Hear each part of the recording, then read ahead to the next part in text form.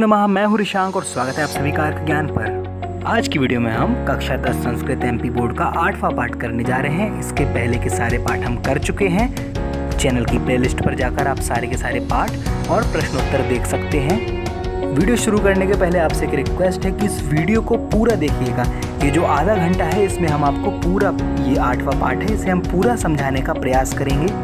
अगर चैनल को पहली बार देख रहे हैं तो चैनल को सब्सक्राइब करना ना भूलें। इस वीडियो को अपने दोस्तों के साथ जरूर शेयर करें। तो चलिए बिना वक्त गवाए शुरू करते हैं हमारा आज का पाठ।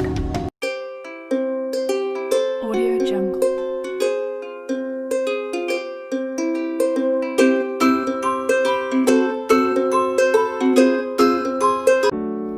नमो नमः। आज हम एमपी बोर्ड के कक्षा 10वीं की संस्कृत का 8वां पाठ सद्वृत्तम पढ़ेंगे। सद्वृत्तम का अर्थ है, सद माने अच्छा, वृत्तम माने आचरण। अच्छा आचरण अर्थात वह आचरण जो अच्छे व्यक्तियों के द्वारा अनुसरण किया जाता है। तो चलिए सबसे पहले हम इस पाठ का सारांश जानते हैं। इस पाठ में बताया गया है कि आयुर्वेद न केवल विशेष प्रकार की चिकित्सा पद्धति है बल्कि जीवन दर्शन भी है। आयुर्वेद में बताए गए सिद्धांत जीवन शैली को प्रकट करते हैं। आयुर्वेद के उपदेश के अनुसार जो मनुष्य आचरण करता है वह इस संसार के लाभ को तो प्राप्त करता ही है, अर्थात इस संसार में स्वस्थ रहता है, स्वास्थ्य लाभ प्राप्त करता है और अंत में मोक्ष को प्राप्त करता है। इसलिए स्वास्थ्य शिक्षा के लिए चरक संहिता में ये सारा जो सद्व्रत है, इस पाठ में जो बताया गया आचरण है, वह सब बताया है। जो व्यक्ति अपना कल्याण चाहते हैं वह अच्छे आचरण को तो करते ही हैं, साथ ही दूसरों को भी अच्छा आचरण करने की प्रेरणा देते हैं। इस पाठ में बताया गया है कि जो व्यक्ति सद्व्रत अच्छे आचरण का पालन करता है वह निरोगी रहता है और अपनी इंद्रियों पर भी विजय प्राप्त करता है। जैसे देवता, गाय, गुरु, वृद्ध, सिद्ध पुरुष और आचार्य की पूजा करनी चाहिए और झूठ नहीं बोलना चाहिए, दूसरे के धन को नहीं लेना चाहिए, किसी से भी शत्रुता नहीं करना चाहिए, ना तो पाप करना चाहिए और ना पाप का साथ देना चाहिए। यदि व्यक्ति किसी गलत कार्य को कर रहा है तो हमको उसके सहयोगी साथी नहीं बनना चाहिए। हमें पेड़ पर चढ़ना चाहिए या नहीं चढ़ना चाहिए ये भी इस पाठ में बताया गया है। जम्भाई मुंह खोल कर लेना चाहिए या नहीं लेना चाहिए ये भी इसी पाठ में बताया गया है। छींक लेने का तरीका, हंसने का तरीका, ये इस पाठ के अंतर्गत बताया गया है। दांतों को कटकटाना नहीं चाहिए। आपने सभी ने ऐसा सुना होगा कि हमारे जो दादा दादी, नाना नानी या मम्मी पापा भी ऐसा बताते हैं कि आपस में दांतों को किटकिटाना नहीं चाहिए, आपस में दांतों को बजाना नहीं चाहिए। तो ये सब क्या है, हमारे दादा दादी, हमारे हमसे बड़े लोग, बुजुर्ग लोग हमको अच्छे आचरण की ही शिक्षा देते हैं। वही बात इस पाठ में भी बताई गई है। नाखूनों को भी नहीं बजाना चाहिए। किसी के घर में, जैसे वो बताते हैं ना कि किसी के घर में, सुनसान घर में, सुनसान जंगल में कहीं भी नहीं जाना चाहिए, तो ये वाली बात भी इस पाठ में बताई है। अच्छे लोगों का, महापुरुषों का विरोध नहीं करना चाहिए और जो चरित्र के नीच लोग हैं उनका समर्थन भी नहीं करना चाहिए। शयन अर्थात सोना, सोना किस प्रकार से चाहिए, जागना, सोना, स्नान करना आदि के विषय में इस पाठ में बहुत ही अच्छे तरीके से बताया गया है। भोजन करने की विधि, किस प्रकार से भोजन करना चाहिए, अर्थात हाथ धो करके, शुद्ध पात्रों में, साफ वस्त्र पहन के, हाथ पैर मुंह धो के, इस प्रकार से हमको भोजन करना चाहिए। ये बात भी इस पाठ में बताई गई है। स्त्रियों का सम्मान करना चाहिए। संध्या अर्थात गोधूली बेला के समय में हमको पढ़ना नहीं चाहिए। जैसे हमारे घर के लोग भी कहते हैं कि अभी संध्या काल है, दोनों बेलाएं मिली हैं। दोनों बेलाएं मतलब यहाँ तो दिन का समय समाप्त हो रहा है और रात का समय प्रारंभ हो रहा है, तो दोनों के बीच का समय क्या होता है? संध्या काल। संधि काल, जुड़ना, जो जुड़ने होता है उसको बोलते हैं संधि। तो संध्या काल में अध्ययन नहीं करना चाहिए। गुरु के मुख से जो वाणी निकलती है हमको उसको अनदेखा नहीं करना चाहिए।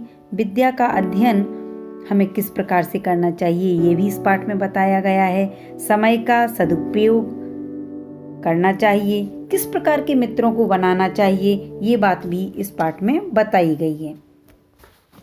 हमको उद्दंडता नहीं करना चाहिए, किसी के भी साथ अविश्वास नहीं करना चाहिए, हमें समय को बर्बाद नहीं करना चाहिए और जो संधि काल का समय है उसमें भोजन, शयन आदि नहीं करना चाहिए। बालक, वृद्ध, लोभी, लालची, मूर्ख, निंदित ऐसे व्यक्तियों को हमें अपना मित्र नहीं बनाना चाहिए और अपनी या दूसरों की जो गुप्त बातें होती हैं उसको प्रकाशित नहीं करना चाहिए। या किसी ने आपको अपने से अधिक आप पर विश्वास किया, अपने मन की बात, अपनी गुप्त बातें आपको बताई, तो वो बातें भी आपको किसी को नहीं बताना चाहिए। गाय को डंडे से नहीं मारना चाहिए। वृद्ध, गुरु, राजा, इनके ऊपर हमको दोषारोपण नहीं करना चाहिए। अधिक से अधिक हमें प्रेम पूर्वक बोलना चाहिए। इस पाठ से बोर्ड परीक्षा में गद्यांश से प्रश्नोत्तर छांटने के लिए आते हैं और रिक्त स्थान तथा जोड़ियां जो कि एक एक नंबर के प्रश्न हैं वो भी बार बार पूछे जाते हैं। तो अब जब हम पाठ को विस्तार से पढ़ेंगे तो आप वहाँ ध्यान से सुनिएगा और मैं उस लाइन को दोबारा भी उसको आपको समझाऊंगी। तो चलिए यहाँ से हम पाठ को विस्तार से पढ़ते हैं। सद्वृत्तम, अच्छा आचरण। आयुर्वेदा न केवलम विशिष्टा चिकित्सा पद्धति अपितु जीवन दर्शनम अपि अस्ति। आयुर्वेद न केवल विशेष प्रकार की चिकित्सा पद्धति है बल्कि जीवन दर्शन भी है। आयुर्वेद शब्द में सप्तमी विभक्ति एक वचन का प्रयोग किया गया है। आयुर्वेदे वर्णिताः सिद्धान्ताः जीवन शैली मपि प्रदिशन्ति। आयुर्वेद में बताए गए सिद्धांत जीवन शैली को भी प्रकट करते हैं। आयुर्वेदोपदेशानुसारम आचरणं कृत्वा नरः अस्मिन् लोके स्वास्थ्य लाभम अनुभूय मोक्षम याति। आयुर्वेद के उपदेश के अनुसार आचरण करके मनुष्य इस लोक में माने इस संसार में स्वास्थ्य लाभ लेकर के अंत में मोक्ष को प्राप्त करता है। अतः माने इसलिए स्वास्थ्य शिक्षायै चरक संहितायाः इंद्रियोपक्रमोक्तस्य सद्वृत्तस्य वर्णनम पाठे प्रदत्तम। इसलिए स्वास्थ्य शिक्षा के लिए चरक संहिता के इंद्रियोपक्रम में कहे गए सद्व्रत का वर्णन इस पाठ में दिया गया है। ये तो हुई प्रस्तावना। अब हम पाठ को विस्तार से पढ़ते हैं। आत्महितम चिकीर्षता सर्वेण सर्वं सर्वदा स्मृति मास्थाय सद्व्रतम अनुष्ठेयम। अपना हित माने कल्याण, अपना कल्याण चाहने वाले सभी मनुष्यों को सर्वदा स्मृति पूर्वक, अर्थात स्मृति पूर्वक माने अपनी स्मरण शक्ति को जागरूक रखते हुए सभी शुभ आचरणों का व्यवहार करना चाहिए। तदधि सद्व्रतम अनुतिष्ठन् मानवः युगपत् अर्थद्वयं संपादयति आरोग्यम इंद्रिय विजयम च। क्योंकि शुभ आचरण का पालन करते हुए मनुष्य एक साथ दो संपत्तियों को प्राप्त करता है। पहली है निरोगिता और दूसरी है इंद्रिय विजयम अर्थात इंद्रियों पर विजय। तत् यथा देव गो गुरु वृद्ध सिद्धाचार्य न अर्चयित। यहाँ पर पाठ में जो भी बड़े बड़े शब्द दिए हुए हैं उनको हम संधि विच्छेद करके या समास विग्रह करते हुए या कहना चाहिए छोटे छोटे टुकड़ों में बांट करके बहुत आसानी से और सरल तरीके से पढ़ सकते हैं। तो यहाँ देखा आपने, मैंने इस शब्द को छोटा छोटा किया है तो सारे शब्द अलग अलग हो गए हैं। वो क्या क्या हैं देखो, देव गौ गुरु वृद्ध सिद्धाचार्य न अर्चयित। इसका अर्थ है जैसे देवता, गाय, गुरु, वृद्ध, सिद्धाचार्य माने सिद्ध पुरुष और आचार्य की पूजा अर्थात सम्मान करना चाहिए। आचार्यान अर्चयित, आचार्यान माने आचार्य की, अर्चयित माने पूजा करनी या सम्मान करना चाहिए। ना नृतम ब्रूयात, झूठ नहीं बोलना चाहिए। ना नृतम, ना माने नहीं, अनृतम माने झूठ, ब्रूयात माने बोलना चाहिए, झूठ नहीं बोलना चाहिए। ना अन्य, देखो यहाँ जो शब्द दिया है बड़ा है लेकिन हम उसको छोटा छोटा करके पढ़ेंगे। ना अन्य स्वमद स्व मा आददीत, दूसरे के धन को नहीं लेना चाहिए। आददित माने लेना चाहिए।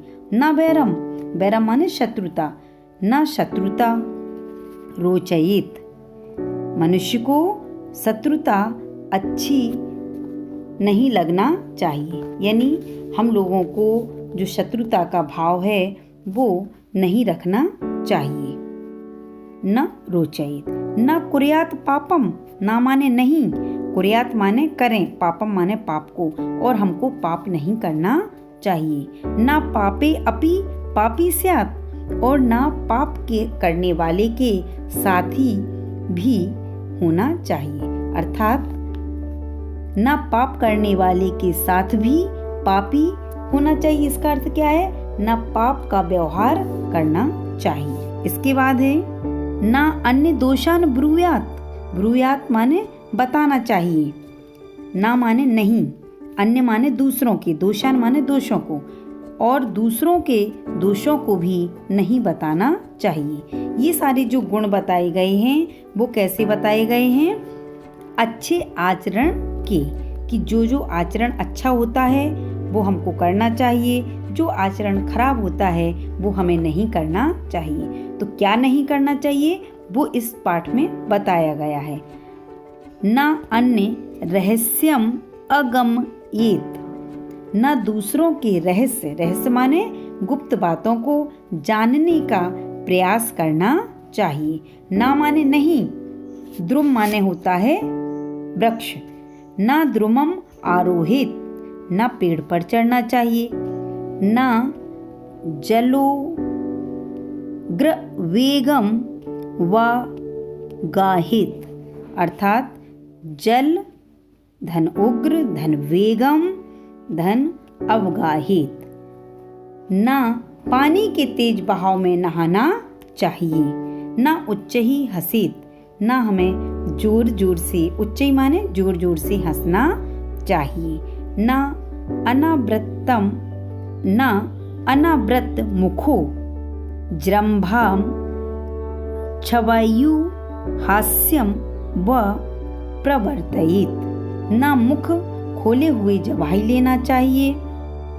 और छवियु माने होता है छींकना, हास्यम माने हंसना, अर्थात ना मुंह खोले हुए हमको जवाही लेना चाहिए, छींकना चाहिए और हंसना, ये तीनों काम हमें मुंह खोल करके नहीं करना चाहिए। ना दंतान विघटेत, और ना दांतों को कटकटाना चाहिए। ना नखान वादयित, ना नाखूनों को वादयित माने बजाना चाहिए। ना एकः शून्य ग्रहम न च अटवीम अनुप्रविशेत, और अकेले ना सुनसान घर में और ना वन में जाना चाहिए। आपने सुना होगा, आपके बड़े आपसे बोलते हैं या आपकी माँ आपसे बोलती हैं कि उसके घर में कोई नहीं है, आपको वहाँ नहीं जाना चाहिए। ना उत्तम ही विरुद्धेत और ना उत्तम लोग माने होता है महापुरुषों का विरोध करना चाहिए।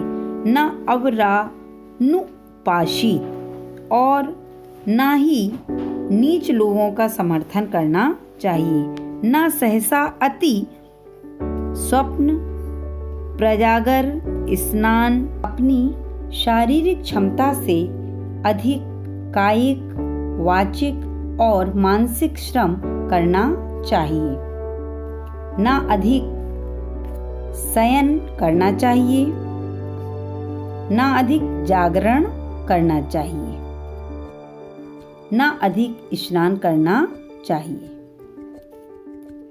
अति स्वप्न माने अत्यधिक सोना नहीं चाहिए, प्रजागरण अत्यधिक जागना नहीं चाहिए, स्नान अत्यधिक स्नान नहीं करना चाहिए, अत्यधिक स्नान नहीं करना चाहिए, अधिक पानी या मदिरा का पान करना चाहिए, ना अधिक भोजन करना चाहिए, ना अस्नातः बिना स्नान किए, ना उपहतवासः ना बिना शुद्ध वस्त्र धारण किए हुए, ना अजपित्वा ना आहुत्वा ना बिना गायत्री आदि मंत्र जपे हुए, ना आहुत्वा ना बिना आहुति दिए हुए अर्थात बिना होम किए हुए, देवताभ्यो बिना देवताओं को अर्पण किए, नानी रूपी पितृभ्यो बिना माता पिता को भोजन कराए, न आदत्वा गुरुभ्यो गुरु न अतिथिभ्यो अपने गुरु को अपने अतिथि को, न उप आश्रितेभ्यो और जो लोग आप पर आश्रित हैं उन लोगों को, न अतिथि को यदि उपस्थित हो तो।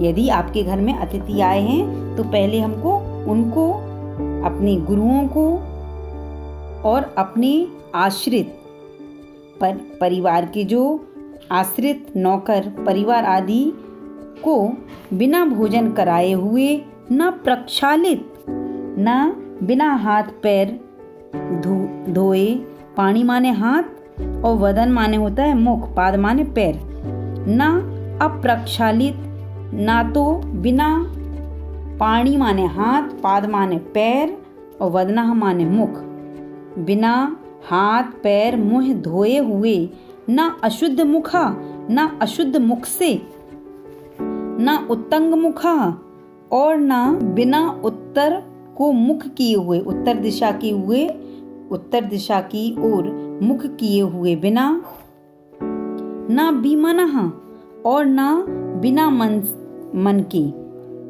न पात्रीश व मेध्यासु और न उदास मन से, न कुत्सित अन्न कुत्सितम न प्रतिकूलो हितम अन्नम आददीत और न उदास मन से, न अपवित्र पात्रों में, न निंदा करते हुए, न निंदित, न प्रतिकूल अर्थात शत्रु पुरुष के द्वारा दिया गया जो अन्न है वो खाना चाहिए। अर्थात यहाँ इतनी सारी जो बातें बताई गई हैं कि हमको भोजन किस प्रकार से करना चाहिए और किस प्रकार से नहीं करना चाहिए, ये सारी बातें यहाँ पर बताई गई हैं। ना नक्तम दधि भुंजीत और रात में दही नहीं खाना चाहिए, न रात में दही खाना चाहिए, यानी रात्रि के समय मनुष्य को दही का उपयोग नहीं करना चाहिए। न स्त्रियम अवजानीत, न स्त्री का अपमान करें, न संध्या योर न मुखाद गुरोर न अवपतितम नाति मात्रम, संध्या अर्थात गोधूली के समय अध्ययन नहीं करना चाहिए और गुरुमुख से न निकली हुई विद्या का तथा हीन वर्ण से विद्या का अध्ययन नहीं करना चाहिए। न संध्योर न मुखात् गुरोर न अवपतितम न नातिमात्रम न तांतम न विवर स्वरम न स्थित पदम न अति द्रुतम न अति विलंबितम न अति क्लीबम न अति उच्चै न अति नीचै स्वरैः अध्ययनम अभ्यसेत। अर्थात विकृत स्वर से, अनियमित रूप से, अति शीघ्रता से, अत्यधिक विलंब से उच्चारण करते हुए अत्यधिक मंद, अत्यधिक नीचे तथा अत्यधिक नीचे स्वर से अध्ययन नहीं करना चाहिए। अति समयम जहयात, अर्थात अत्यधिक समय व्यर्थ नष्ट ना करें। शास्त्र के, स्वयं के या किसी भी संस्था के नियम को भिन्द्यात माने तोड़ें, अर्थात कहीं के भी नियम को ना तोड़ें। न नक्तम न देशे चरित, रात्रि में, नक्तम माने रात्रि में, नक्तम का प्रयोग ऊपर भी आया है कि रात्रि में दही को नहीं खाना चाहिए, और दूसरा है नक्तम न देशे चरित, अर्थात रात्रि में और अनुचित अर्थात अपरिचित स्थान पर भ्रमण न करें। न संध्या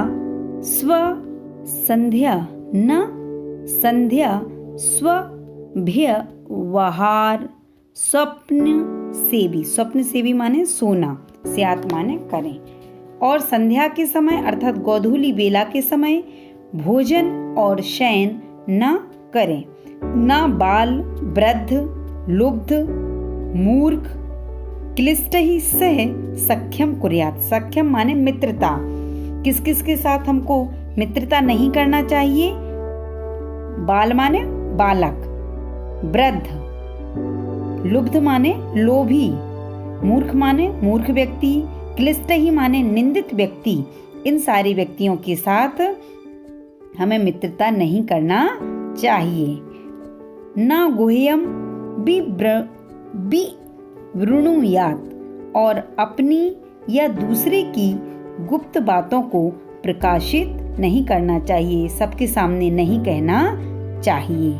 न किंचित अवजानियात, किसी का भी तिरस्कार नहीं करना चाहिए। न गवाम दंडम उद्यच्छेद, और गायों पर डंडा न उठाना चाहिए, अर्थात गायों को डंडे से नहीं मारना चाहिए, क्योंकि गाय में सभी प्रकार के देवता का निवास होता है। न वृद्धान न गुरून् न गणान, किस किस के साथ, न वृद्धान न वृद्ध, न गुरून् न गुरु, और गणान माने गण, पंचायत या कोई संस्था हो सकती है। न नृपान, नृप माने होता है राजा, व अधिक्षिपेत, इन सभी पर दोषारोपण नहीं करना चाहिए। किस किस पर, ना तो वृद्ध के ऊपर, ना गुरु के ऊपर, ना किसी पंचायत या संस्था के ऊपर, ना किसी राजा पर दोषों का रोपण नहीं करना चाहिए, उनको दोष नहीं लगाना चाहिए। न च अति ब्रूयात, और अधिक नहीं बोलना चाहिए। न वांधवान नुरक्त कृच्छ द्वितीय गुह ज्ञान बहिर्कुर्यात्, और भाई, प्रेम करने वाले, आपत्ति में सहायता करने वाले तथा अपनी गुप्त बातों को जानने वाले व्यक्ति को अपने घर, संस्था या संपर्क से अलग नहीं करना चाहिए। ना धीरो नात्युच्छित सत्वः, धीरता ना छोड़ें। न विच्छ्रब्द स्वजनः नैकः सुखी न दुःखशील आचारो उपचारः, उद्दंड मन वाले ना बने। निजी व्यक्तियों पर अविश्वास न करें। नए कहा सुखी न दुखशीला चारोपचारः, अकेले सुखी होने की चेष्टा न करें। दुखदायी आचार विचार वाला न बने। न सर्व विश्रम भी न सर्व विशंकी, ना तो सभी पर विश्वास करें और न सभी पर संदेह करें। न सर्वकाल विचारी स्यात्, और सर्वदा सोच विचार में भी ना रहें, अर्थात सदैव सोचते रहना भी नहीं चाहिए कि आप बैठे हो तो भी सोच रहे हो, खड़े हो तो सोच रहे हो। ना कार्य कालम अति पातयेत, कार्य करने का समय निरर्थक नहीं बिताना चाहिए। ना चंचलम मनो अनुभ्रामयेत, चंचल मन को स्वच्छंदता पूर्वक विषयों में ना लगाएं। न च अति दीर्घ सूत्री स्यात्, अत्यधिक विलंब से कार्य करने वाला न बने। न क्रोध हर्ष वनुविद ध्यात्, क्रोध या हर्ष के वश में होकर कोई भी कार्य न करें। न शोक मनुवसेत, शोक के वशीभूत न हों कि सदैव दुखी ही रहें। न सिद्धा भूत से कम गच्छेत, कार्य की सिद्ध हो जाने पर अर्थात कार्य के हो जाने पर अत्यधिक प्रसन्नता तथा न असिद्ध्यौ, और कार्य के असफल हो जाने पर अर्थात किसी कार्य के न होने पर दैन्यम, अत्यधिक दुख व्यक्त नहीं करना चाहिए। न अपवादम अनुसरेत, और निंदा को बार बार न करें। ब्रह्मचर्य अर्थात ब्रह्मचर्य, ज्ञान माने ज्ञान, दान माने दान, मैत्री माने मित्रता, कारुण्य माने दया, हर्षो माने हर्ष, उपेक्षया उपेक्षा, प्रसम परश्च स्यात्, और शांति, इन क्रियाओं में तत्पर रहें। इति माने ऐसा। अब है श्लोक और उस श्लोक का अर्थ। स्वास्थ्य वृत्तम यथोदृष्टिम यह सम्यग् नुतिष्ठति, सा समः सतम व्याधि आयुषा न वियुज्यते, अर्थात जो व्यक्ति यहाँ बताए हुए अर्थात इस पाठ में बताए हुए स्वास्थ्य व्रत का विधि पूर्वक पालन करता है, वह 100 वर्ष की रोग रहित आयु से पृथक नहीं होता है, अर्थात रोग रहित होकर के 100 वर्ष तक जीवित रहता है। तो यहाँ हमने जाना कि हमें अपने आचरण में कौन कौन से अच्छे आचरण हैं उनको अपनाना चाहिए, कौन कौन से आचरण बुरे हैं उनको त्यागना चाहिए, किस प्रकार का हमें व्यवहार करना चाहिए, ये सारी बातें आज हमने इस पाठ के माध्यम से जानी। इसी प्रकार से हम आगे के पाठों को आपको बताते रहेंगे, और आपको किसी प्रकार की यदि कोई भी समस्या आती है इस पाठ से संबंधित तो आप हमसे पूछ सकते हैं। धन्यवाद। तो आज का ये पाठ हमारा यहीं समाप्त होता है। संस्कृत और एमपी बोर्ड से जुड़े हुए और ऐसे विषय पर वीडियो और प्रश्न उत्तर देखने के लिए चैनल को सब्सक्राइब करें, वीडियो को लाइक ज़रूर करें क्योंकि आपके लाइक से ही हमें और वीडियो बनाने का मोटिवेशन मिलता है, और अपने दोस्तों और क्लास के ग्रुप में शेयर करना बिल्कुल भी ना भूलें। तब तक के लिए चलता हूँ। नमो नमः।